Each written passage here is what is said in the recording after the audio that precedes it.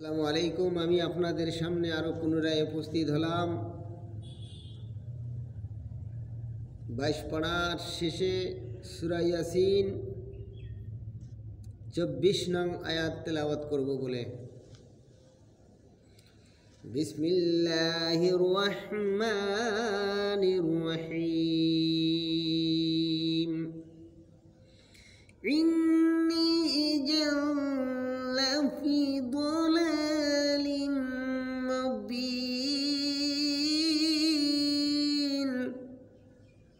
ইন্নী আমানতু বিরাব্বিকুম ফাসমাউন।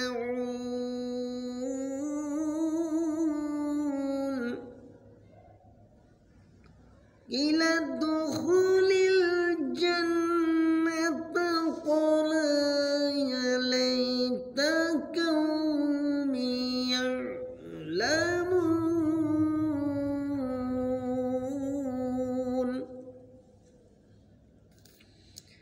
বিমা গফারা লি রাব্বি ওয়াজআলানি মিনাল মুকরামিন।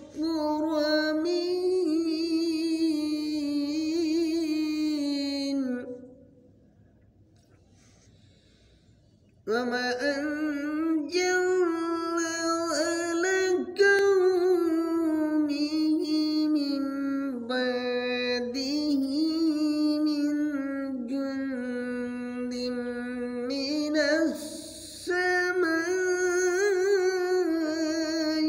وما كنا منزلين।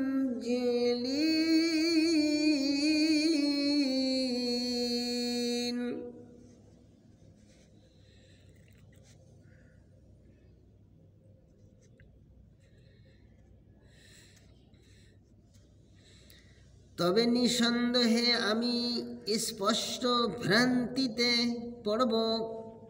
নিশ্চয় আমি তোমাদের রবের প্রতি ঈমান এনেছি, তাই তোমরা আমার কথা শুনো। আদেশ হলো বেহেশতে প্রবেশ করো। সে বলল, হায়, আমার সম্প্রদায় যদি জানতো যে আমার রব আমাকে ক্ষমা করেছেন এবং সম্মানিতদের অন্তর্ভুক্ত করেছেন, আর আমি তার মৃত্যুর পর তার সম্প্রদায়ের প্রতি